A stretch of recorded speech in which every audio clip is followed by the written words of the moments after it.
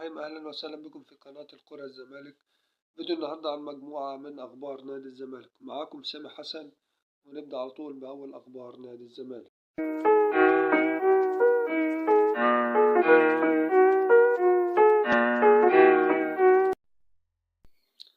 أول تعليق من المدير الفني لدريمز بعد الهزيمة من الزمالك. في أول تعليق من عبد الكريم زيتو المدير الفني لنادي دريمز الغاني بعد خسارة فريقه بالأمس من فريق الزمالك في نصف نهائي الكونفدرالية الأفريقية، حيث خسر فريقه بثلاثية من الزمالك على أرضه وسط ملعبه، ليصعد الزمالك إلى النهائي ويودع فريقه البطولة من الدور نصف النهائي. المدير الفني لدريمز رفض الهجوم على لاعبيه أو توجيه أي انتقاد لهم بعد هذه الخسارة، مؤكدا أنه فخور بهم وبالمستوى الذي قدموه في البطولة، وواصل: لعبنا من أجل الفوز ولم يحالفنا التوفيق، ولو راجع الجميع الشوط الأول سيجد أننا أضعنا فرص كثيرة وكان من الممكن أن نسجل لولا غياب التوفيق. لا أستطيع أن أوجه أي لوم على لاعبي الفريق، أنا فخور بهم وسعيد بهم، ونحن في بداية بناء جيل مميز للنادي، وأنا هنا أتحدث باحترافية شديدة. وتم تصريحاته: هناك دروس كثيرة مستفادة من هذا اللقاء ومن مشاركتنا في البطولة بصفة عامة، والمشوار ما زال طويلا أمام الفريق حتى يحقق الأهداف المرسومة له. الزمالك يطلب الساعة الكاملة. بدأ مجلس إدارة نادي الزمالك برئاسة حسين لبيب التحرك من أجل نهائي كأس الكونفدرالية الإفريقية. الزمالك يلتقي في نهائي بطولة الكونفدرالية الأفريقية نادي نهضة بركان، حيث مباراة الذهاب في المغرب ومباراة العودة هنا في القاهرة. مجلس إدارة النادي سيخاطب الجهات الأمنية في مصر لحضور الجمهور بكثافة في المباراة النهائية هنا في مصر، حيث سيطلب مجلس الزمالك الساعة الكاملة في استاد القاهرة لمباراة العودة أمام نهضة بركان المغربي.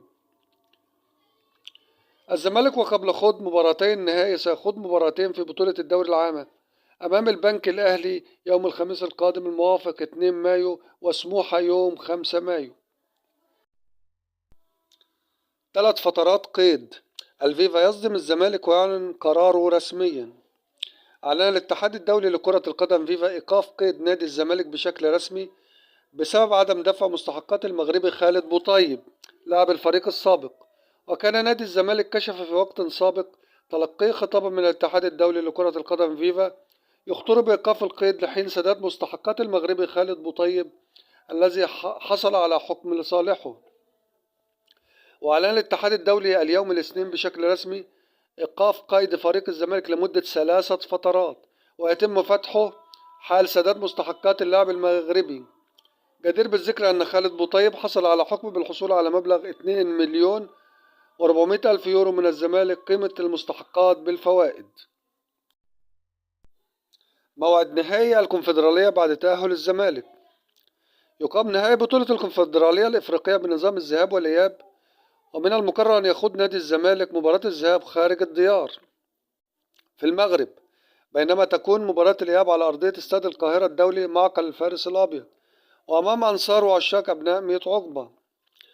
وتقام مباراة ذهاب نهائي بطولة الكونفدرالية الإفريقية يوم 12 من شهر مايو المقبل، على أن تكون مباراة الإياب يوم 19 من نفس الشهر ذاته. الزمالك يستعيد خدمات عبد الله السعيد وناصر ماهر أمام البنك الأهلي في الدوري. يستعيد فريق الزمالك لكرة القدم خدمات ناصر ماهر وعبد الله السعيد وسيف فاروق جعفر خلال مواجهة البنك الأهلي المقرر لها الخميس المقبل، بعدما غاب اللاعبون الثلاثة عن مواجهة دريمز الغاني في نصف نهائي الكونفدرالية الإفريقية نظرا لسابق مشاركتهم مع فريقين في البطولة الأفريقية.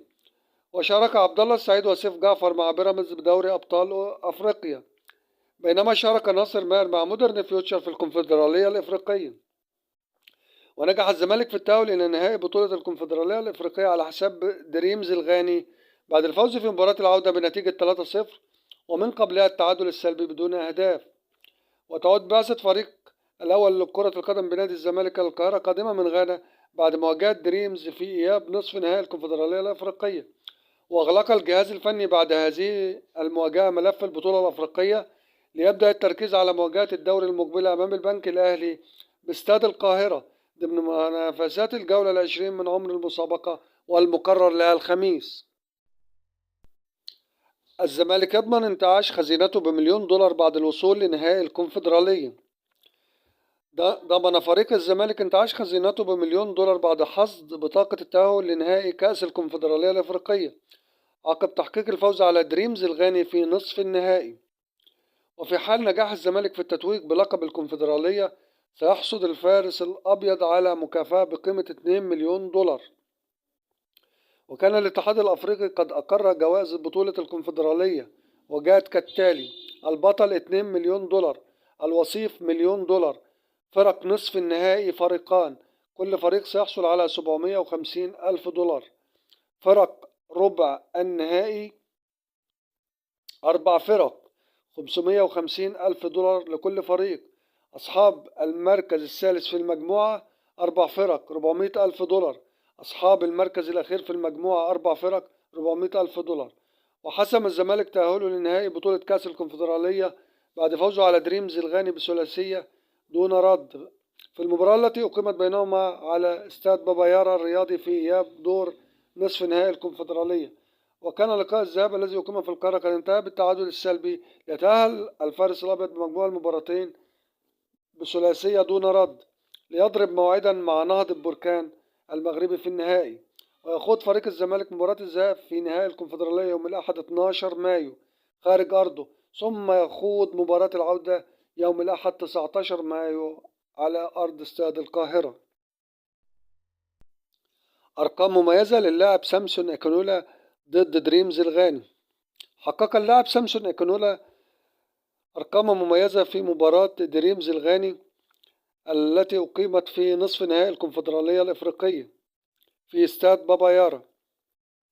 أرقام سامسون مميزة حيث سجل هدف الزمالك الثاني في اللقاء، وقدم أداء جيدا على مدار 54 دقيقة، وأرسل تمريرتان مفتاحيتان، كما سدد تسديدة واحدة على مرمى دريمز، وأرسل 3 كرات طولية صحيحة من أصل 4، وكان لسامسون 6 تدخلات ناجحة من أصل 10، وأرسل 3 كرات طولية بشكل صحيح من أصل 4، وقطع الكرة مرة وحيدة فضلا عن إرساله ل20 تمريرة صحيحة من أصل 22 بدقة بلغت 95%.